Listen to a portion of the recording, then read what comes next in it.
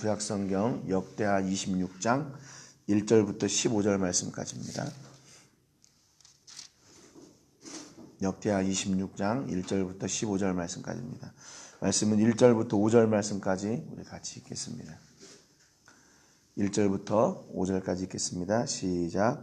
유다 온 백성이 나이가 16세 된 우시야를 세워 그의 아버지 아마샤를 대신하여 왕으로 삼으니 아마샤 왕이 그의 열조들의 묘실에 누운 후에 우시야가 엘롯을 건축하여 유다에 돌렸더라. 우시야가 왕위에 오를 때에 나이가 16세라. 예루살렘에서 52년간 다스리니라. 그의 어머니의 이름은 여골리하여 예루살렘 사람이더라. 우시야가 그의 아버지 아마샤의 모든 행위대로 여호와 보시기에 정직하게 행하며 하나님의 묵시를 밝히 하는 스가랴가 사는 날에 하나님을 찾았고 그가 여호와를 찾을 동안에는 하나님이 형통하게 하셨더라. 아멘. 어제 말씀을 통해서 하나님을 잊고 교만으로 가득했던 그 아마샤의 말년, 참 비참한 말년을 저희가 봤습니다.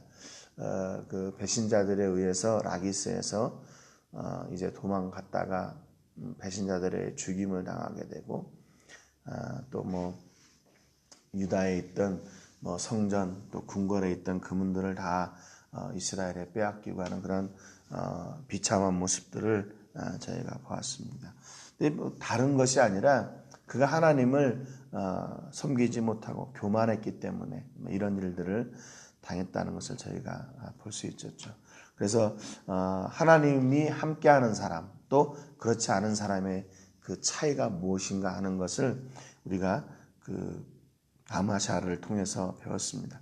오늘 1절에 보니까 유다 온 백성이 나이가 16세 된 우시야를 세워 그의 아버지 아마샤를 대신하여 왕으로 삼으니 그랬습니다. 이미 포로로 잡혀가 있고 유다에 왕이 없으니까 이제 급조된 거죠. 어떻게 보면. 그래서 그 시대적 상황 가운데서 유다의 왕의 그 공백의 자리를 채워야 되는데 나이가 어리지만 우시야라는 아들이 있었기 때문에 아마샤를 대신해서 이제 왕을 세우게 된 겁니다.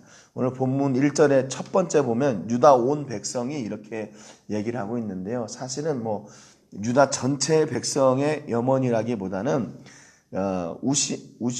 아마샤를 배신했던 그 배신자 세력들 있잖아요. 저 왕이 하나님을 버리고 저렇게 우리에게 어려움을 줬으니까 왕을 치우자 했던 아마 그런 배신자들의 배신 세력들 그 사람들을 중심으로 해서 이 우시야의 왕이 승계가 이렇게 이루어졌을 겁니다. 16세가 됐지만 왕이 됐어요. 2절에 보니까 아마샤 왕이 그의 열조들의 묘실에 누운 후에 우시야가 엘롯을 건축하여 유다에 돌렸더라 그랬습니다. 그러니까 어느 정도 이제 시간이 흐른 거죠.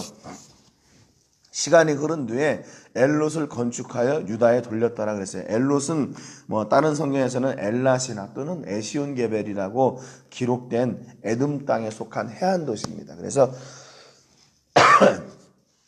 홍해의 아카바만 최북단 시내의 반도 극동에 위치해 있는 그 해안 도시였어요. 그래서 여기를 통해서 아라비아나 아프리카 또는 베니게 등으로 해상 무역을 했던 그런 아주 중심지였습니다. 그러니까 그 엘롯을 건축하여 유다에 돌렸더라 그랬잖아요. 이 돌렸더라는 말은 되돌아가다, 되돌리다, 회복하다 그 말이에요. 그러니까 그전에는 그 땅이 유다 소속이 유다에게 이렇게 소속된 땅이 아니었다는 거예요.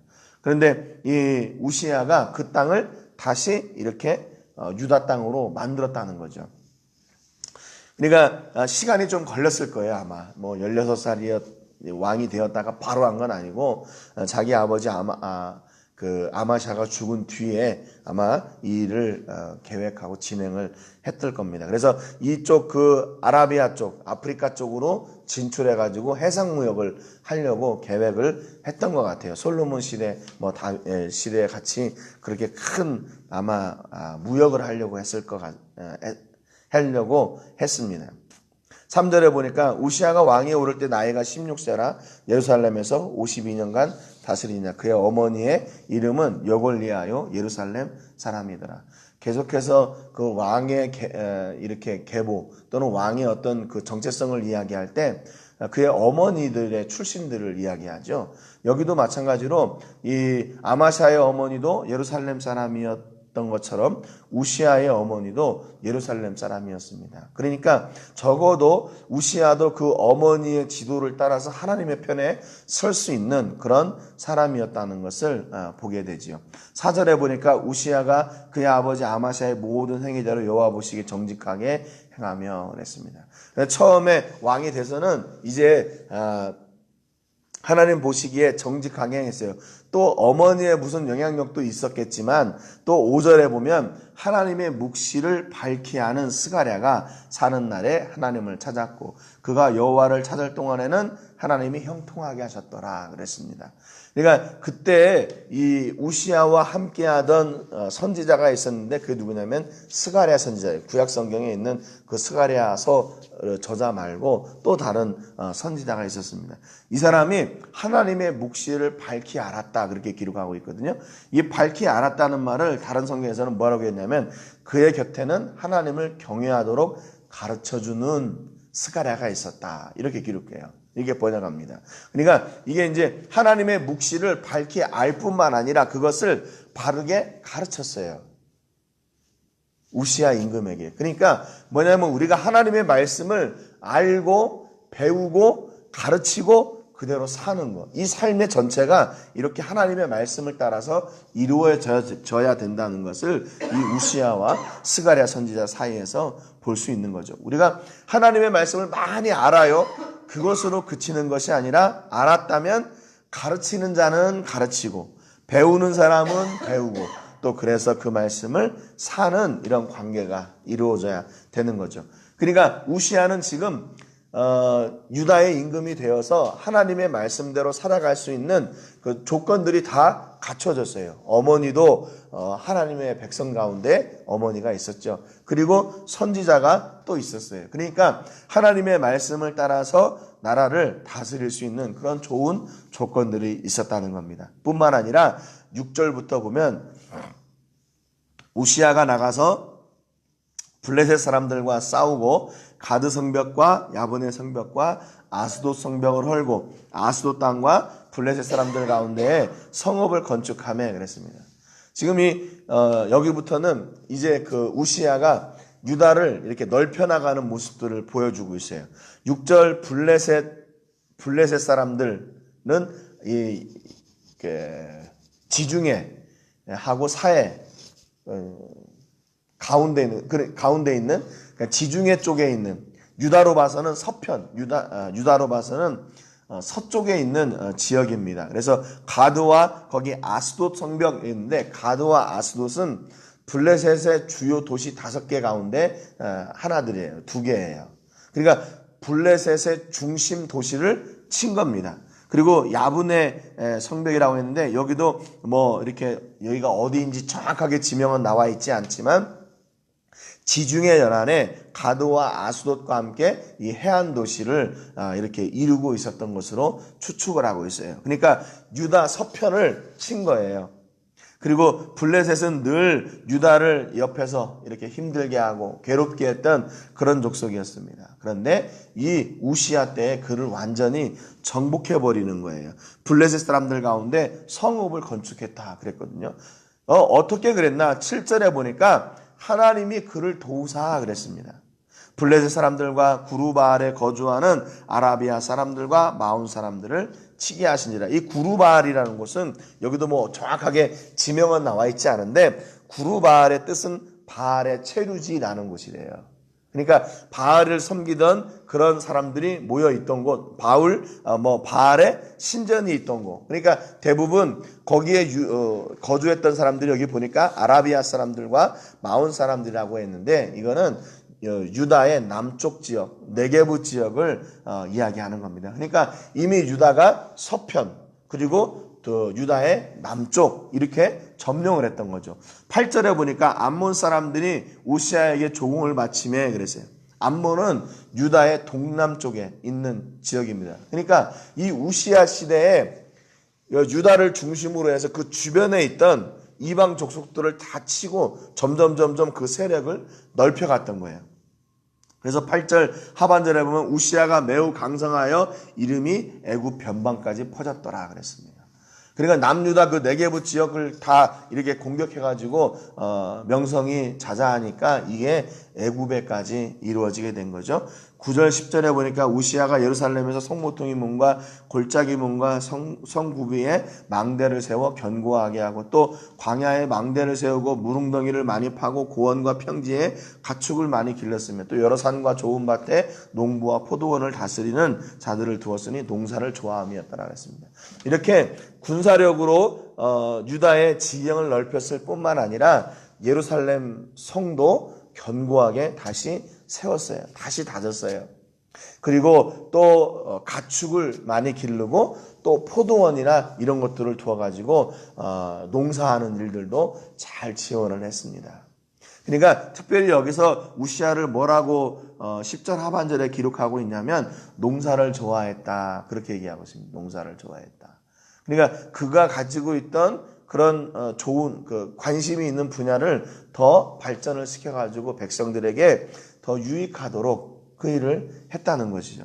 그러니까 국방도 튼튼해졌죠. 또 목축이나 가축, 농사 짓는 그런 일들도 이렇게 잘 준비를 해 두었죠. 이런 모든 것들이 어디로부터 온 것인가?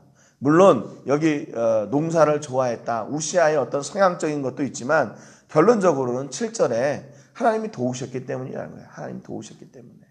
하나님이 도우셨기 때문에 이 일들을 이뤘습니다. 왜 하나님이 도우셨습니까? 그의 어머니의 영향도 있고 그 곁에 있던 그 선지자 스가랴가 하나님의 말씀을 가르쳤기 때문에 그 말씀에 순종하며 살았기 때문에 하나님이 도우실 수밖에 없는 거죠. 여러분 이게 결국 우리의 신앙생활하고 똑같은 것 같아요.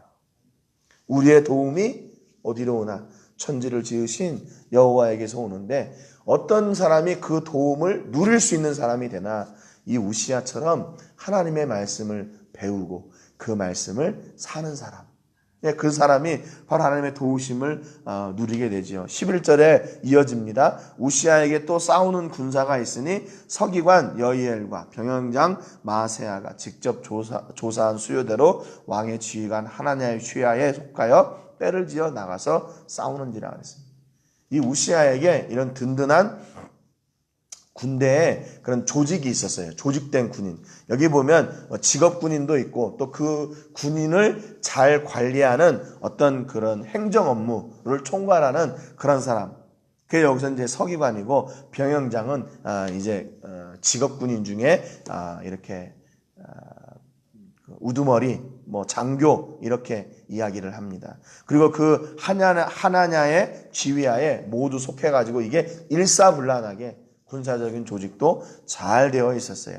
12절에 보니까 족장의 총수가 2600명이니 모두 큰 용사여 그의 휘하의 군대가 30만 7500명이라 건장하고 싸움에 능하여 왕을 도와 적을 치는 자이며 우시아가 그의 온 군대를 위하여 방패와 창과 투구와 갑옷과 활과 물맷돌을 준비하고 또 예루살렘에서 재주 있는 사람들에게 무기를 고안하게 하여 망대와 성곽위에 두어 화살과 큰 돌을 쏘고 던지게 하였으니 그랬습니다. 그러니까 참 이 우시아 때에 그동안 유다가 지금 몇 대 동안 계속해서 하나님의 말씀을 어기고 우상을 섬기고 그러다가 하나님으로부터 징계받고 아사랴 때에 정말로 너네들이 완전히 망할 것이다 이런 아마샤 때 이런 그런 극단적인 예언을 듣잖아요. 그런데 이런 절망의 유다 가운데 우시아가 다시 하나님께서 세우신 왕이 됨으로 인해서 놀라운 변화가 일어나게 되는 거예요. 놀라운 변화가. 여러분, 그러니까 우리 가족이나 자녀들이나 아니면 교회나 사역이나 사업장이나 이런 과정 가운데서 우리가 누리게 될 놀라운 일은 뭐냐면요. 다른 것이 아니라 결국 우리가 하나님의 말씀 가운데 바르게 세워지는 거예요. 기적 가운데 기적이 뭘까? 기적 가운데 기적. 기적 가운데 기적은 바로 내가 하나님의 말씀대로 사는 그 자리에 서 있다는 사실이 기적인 것인 것 같아요. 다른 사람이 이렇게 막 하고 물론 그것도 기적이죠. 그런데 내게 있어서 가장 큰 기적이 뭐예요? 내가 이렇게 여러 가지 다른 길로 갈 수도 있지만 그 길을 내가 탐하지 않고 하나님의 말씀에 하나님께서 기뻐하시는 그 자리에 서서 있다는 거, 오늘도 그 말씀을 따라 살려고 몸부림치고 있다는 거, 그게 기적인 것 같아요. 여러분 잘 생각해 보세요. 우리 자신들이 어떤 사람들입니까? 너무나 지혜로운 사람들이에요. 너무나 잘 알고 있어요. 너무나 많은 것을 알고 있고 많은 것을 가지고 있고 많은 경험도 있고 많은 능력도 있어요. 그럼에도 불구하고 우리가 오늘 아침에 나와서 우리의 마음을 다 토로하고 하나님께 기도하고 하나님의 도우심을 구한다는 것, 이게 기적 아니에요. 마음속에 근심이 있을 때, 죽어가는 그런 한숨만 나올 때, 그때 내가 세상의 방법들을 택하지 않고 하나님 말씀 앞에 서서 하나님을 기대하고 하나님 앞에 나가설 수 있다는 거. 이렇게 많은 군사들이 있지만 군사들을 의지하지 않고 하나님을 끝까지 섬기며 나갈 수 있다는 거. 여러분, 이게 바로 하나님께서 우리를 도우시는 이유와 목적이 되는 겁니다. 15절 하반절에 보면 더 놀라운 일이 있어요. 그의 이름이 멀리 퍼짐은 기이한 도우심을 얻어 강성하여짐이었더라 그랬습니다. 기이한 도우심이요. 기이한 도우심. 이 기이하다는 말은 히브리 말로 팔라라고 하는 말인데, 이게 뛰어나다, 비범하다, 놀랍다 그런 말이에요. 서프라이즈, 원더풀한 그런 깜짝 놀랄 만한 도우심이 함께 있었대요. 우시아와 함께 있었대요. 여러분, 우리는 이런 정말 기적적인 도움, 정말 놀라운 뛰어난 도우심을 얻는 사람들이에요. 우리가요. 그로 말미암아 우리가 강성하여지고 우리가 정말 방금 전에도 말씀드렸지만 하나님의 말씀 가운데 설 수 없는 그런 사람들인데, 우리가 이런 기이한 도우심을 얻어 우리가 하나님의 말씀 가운데 서고, 그러므로 말미암아 7절에 하나님이 도우시는 역사가 일어나게 됩니다. 여러분, 그냥 평범한 하나님의 도우심이 아니라 그런 하나님으로부터 오는 기이한 도우심, 놀라운 도우심을 우리가 받음으로 우리가 하나님의 백성으로 온전하게 설 뿐만 아니라 세상 가운데서도 하나님의 놀라운 역사를 대언하고 증거하고 선포하며 나가는 그런 여러분 되시기를 주님의 이름으로 축복합니다. 여러분, 지금 이 우시아의 1절부터 15절까지 우시아의 어떤 배경, 또 그가 했던 일들, 이걸 기록하면서 7절, 15절 두 번이나 하나님이 도우셨다는 말을 이렇게 반복하고 있어요. 왜 그럴까? 왜 두 번이나 이 말씀을 계속해서 반복하고 있는 걸까? 결국요, 교만하지 말라는 거예요. 교만하지 말라는 거예요. 아버지 아마샤가 에돔을 이긴 것 때문에 교만해져 가지고 이스라엘에 도전장을 내고 선지자가 보낸 경고도 무시하고 그런 사람이 됐잖아요. 결국 그래서 비참한 최후를 맞이하게 됐잖아요. 그러니까 우시아 때는 교만하지 말라는 거야. 하나님이 도우신다. 하나님이 너를 이렇게 귀한 도우심을 내가 줄 것이다. 그러니까 너는 교만하지 말고 늘 하나님께로 돌아가라. 하나님께로 돌아가라. 여러분, 그러니까 우리가 매 삶 가운데서요, 작은 것까지도 모든 일을 계속해서 하나님이 이게 좀 습관적인 것처럼 보이지만, 아니, 그렇게 우리가 믿음으로 고백할 수밖에 없는 거죠. 하나님이 하셨습니다. 하나님이 하셨습니다. 하나님이 도우셨습니다. 설령 내가 할 수 있는 일이라 할지라도 그 일을 하나님이 도우셨다고 고백하는, 그게 바로 믿음이에요. 그래서 하나님은 그 믿음을 따라서 기이한 도우심을 주시는 분이에요. 제가 사실은 이 말씀을 기이한 도우심이라는 말을 이번에 이 성경에서 처음 이게 뇌리에 들어왔어요. 왜 하나님께서 이 말씀을 주셨을까? 여러분, 우리도 이 우시아와 같이 세상이 보는 그런 정도의 도움, 우리가 기대할 수 있는 그런 정도의 도우심이 아니라 그거를 뛰어넘는 도우심을 여러분 누리시기를 주님의 이름으로 축복합니다. 그래서 특별히 여기 15절 15절에 보면 우시아의 군대에는요, 특별한 무기들이 있었어요. 특별한 무기. 재주 있는 사람들을 통해서 무기를 고안하게 하여 그랬어요. 여기도 지금 새로운 무기가 등장을 하게 되는 겁니다. 활을 쏘고 큰 돌을 던지는 그런 새로운 무기가 나왔어요. 여러분, 이전에는 이런 기록이 없어요. 어떤 뭐 다윗이 큰 무기, 색다른 무기를 만들었다. 아니에요. 그냥 있던 것들을 가지고 큰 용사들이 그 일을 했어요. 그래서 물맷돌이나 뭐 창이나 방패나 칼이나 활이나 이런 정도였어요. 그런데 여기 보니까 새로운 무기가 나와요. 그러니까 이거는 그동안에 도우셨던 그 하나님의 도우심의 그 이상의 도우심을 이야기하는 거예요. 여러분, 그럴 때 우리가 누리게 되는 어떤 한계를 뛰어넘는 그 역사는 어디로부터 오나? 결국 다시 하나님으로부터 와요.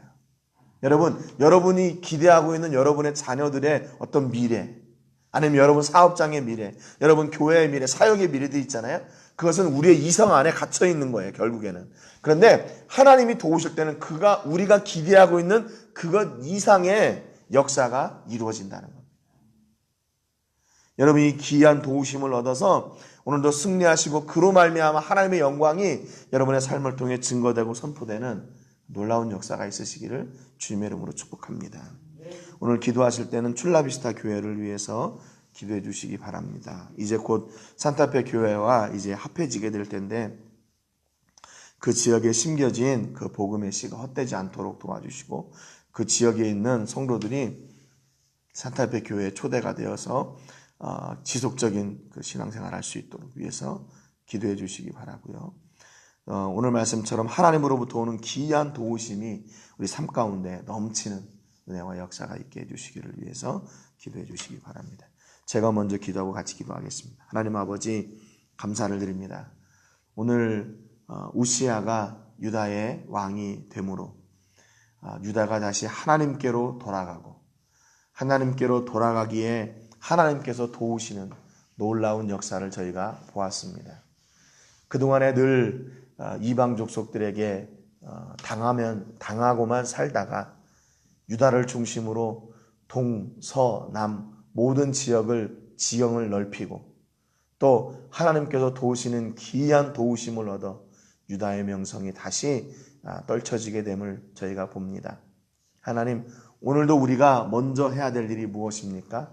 하나님의 말씀을 배우고 하나님의 말씀을 가르치고 하나님의 말씀을 사는 일임을 고백합니다. 그로 말미암아 하나님께서 도우시고 아니 그 이상 귀한 도우심을 우리에게 주시는 그 놀라운 역사를 저희가 체험하며 살고 고백하는 사람들이 될 줄로 믿습니다. 성령 하나님, 오늘 온전히 우리 삶 가운데 역사해 주시고 다스려 주시고 하나님의 영광과 그 권능의 표심팔과 손이 우리와 함께 하셔서 오늘도 우리 가정과 자녀들과 사업장과 직장과 교회와 캠퍼스와 선교지와 사역지 모든 부분에서 하나님의 영광이 드러나고 그 기이한 도우심을 목격하고 감사하고 간증하는 우리 주인공들이 다 되게 하여 주시옵소서. 감사드리고 예수님의 이름으로 기도합니다. 아멘.